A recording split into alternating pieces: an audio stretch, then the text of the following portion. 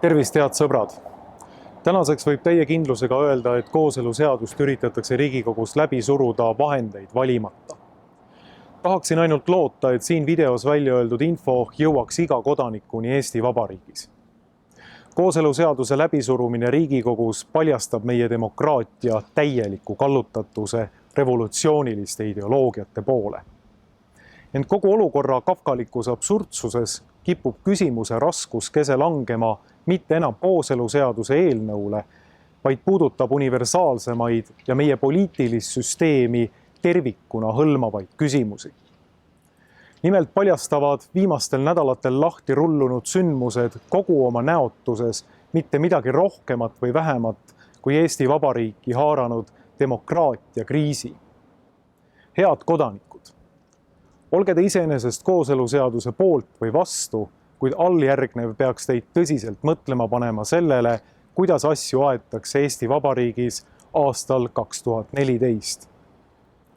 Esmaspäeval 9. juunil aset leidva Riigikogu õiguskomisjoni 10 liikmest olid seni pooled kooseluseaduse vastu.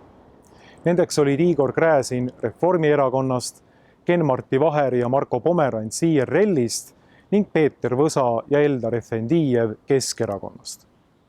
Õiguskomisjoni pädevuses on anda hinnang, kas kooseluseaduse eelnõu jõuab Riigikogu suurde saali esimesele lugemisele või mitte. Õiguskomisjon võib otsustada ka seda, et eelnõu lugemine peatatakse peale esimest lugemist. Selleks, et eelnõu esimesele lugemisele saata, peab aga õiguskomisjoni enamik olema selle poolt. Olukorras, kus 5 komisjoni liiget 10 on eelnõu vastu, poleks seda aga juhtunud.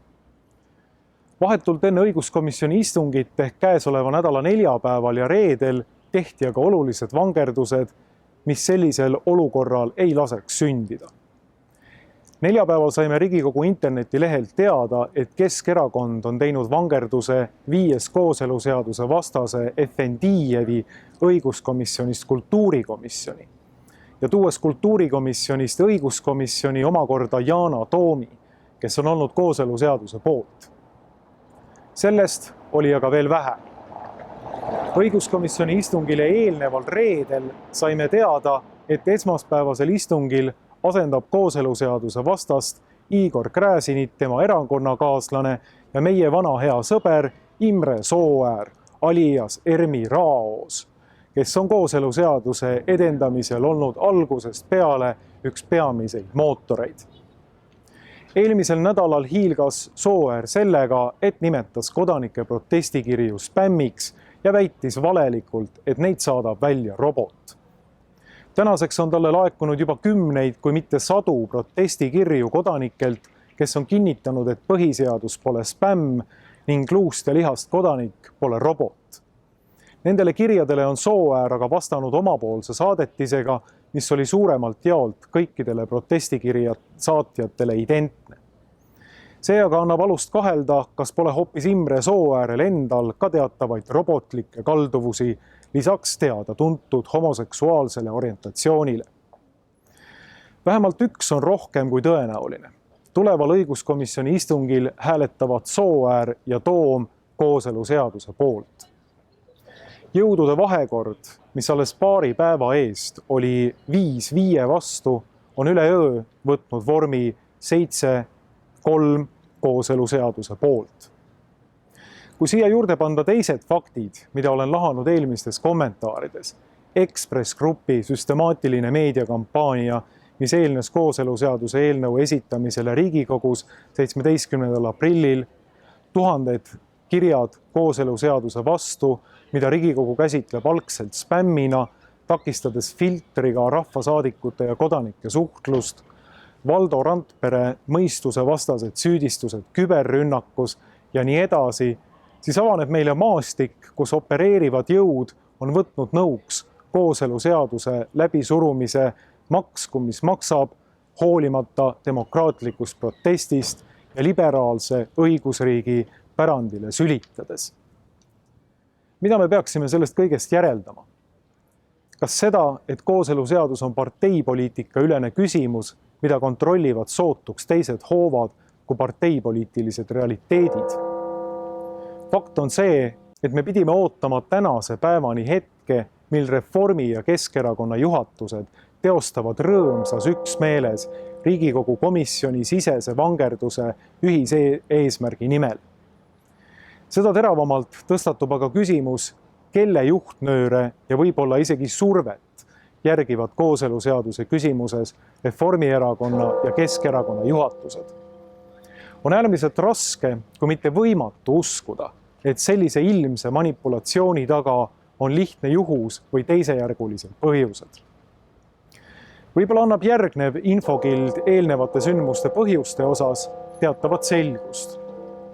Päev enne kooseluseaduse eelnõu Riigikogule esitamist 16. aprillil kirjutasid mitme riigi suursaatkonnad Ameerika Ühendriikide kooseluseadust pooldavale pressiteatele alla, kus öeldi, et mainitud suursaatkonnad toetavad koalitsiooniparteide ehk sotside ja Reformi püüdlusi kooseluseadus vastu võtta.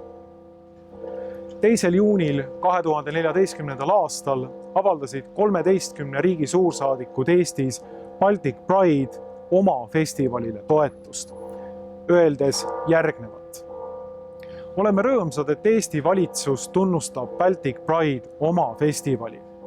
Tunnustame Eesti MTÜ-de panust, kes töötavad selle nimel, et võrdsed õigused oleksid tagatud kõikidele ühiskonna liikmetele, olenemata nende seksuaalsusest või sooidentiteedist. Loodame, et paljud kasutavad võimalust osaleda festivali üritustel, et kuulata ja mõista LGBT inimeste lugusid ning festivalist rõõmu tunda. Allakirjutanute seas olid Austria, Belgia, Kanada, Taani, Soome, Iiri, Hollandi, Leedu, Hispaania, Norra, Rootsi, Ühendkuningriigi ja Ameerika Ühendriikide suursaadikud. Reedel 6. juunil saime aga teada, et Eesti Vabariik on tulnud vastu Ühendkuningriigi nõudele pühitseda suursaatkonnas Ühendkuningriigi seaduste järgi lubatavat homoabielu.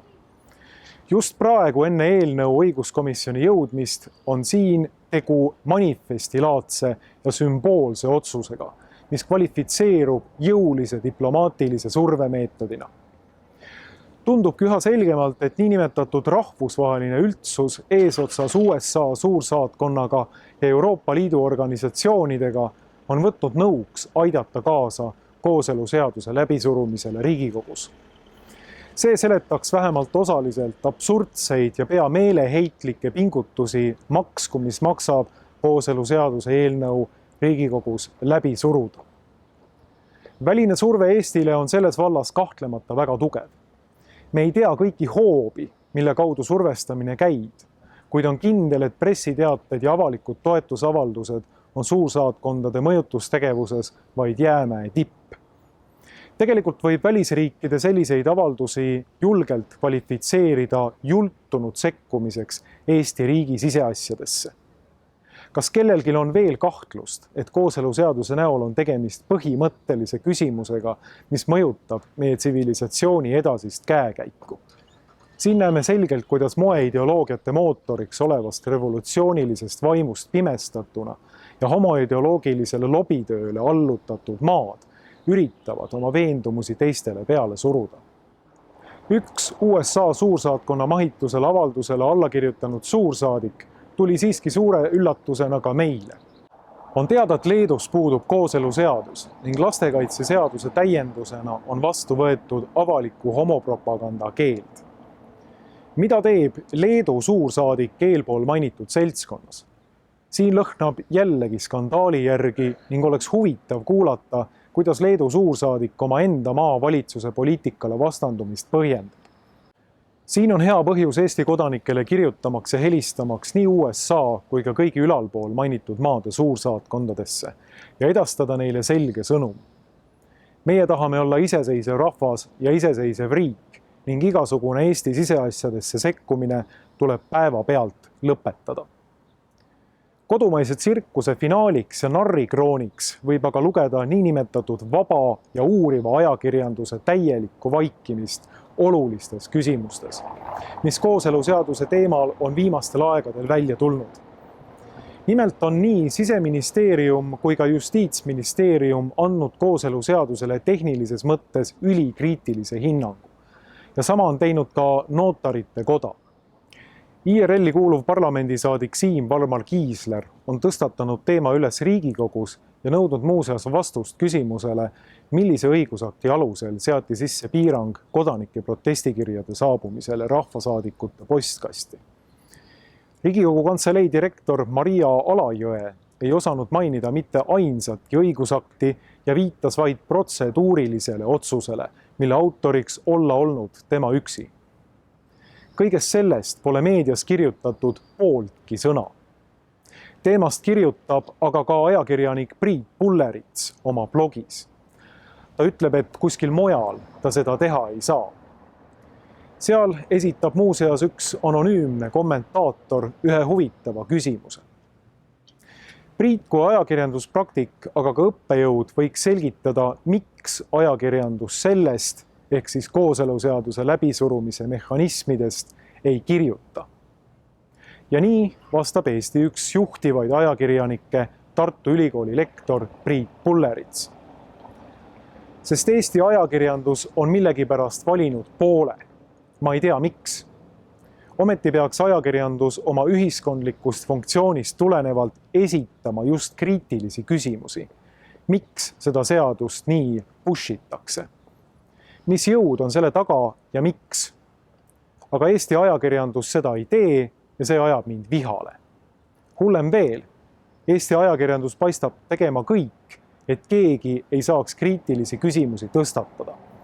Kooseluseaduse üle peetavas debatis on Eesti ajakirjandus näidanud end putinliku propaganda vahendina. Jah, see on öeldud tsiteerimiseks. Tänan, härra Pullerits. Ma arvan, et see tsitaat leiab veel palju hüva kasutust.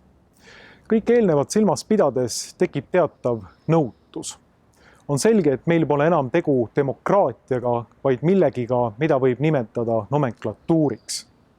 Jah, nomenklatuur on teinud süstemaatilist striptiisi ja tänaseks on ilmne, et meie paljukiidetud demokraatia on alasti. Ja see pilt, mis meile avaneb, pole midagi meeliülendavat ega isegi mitte erutavat.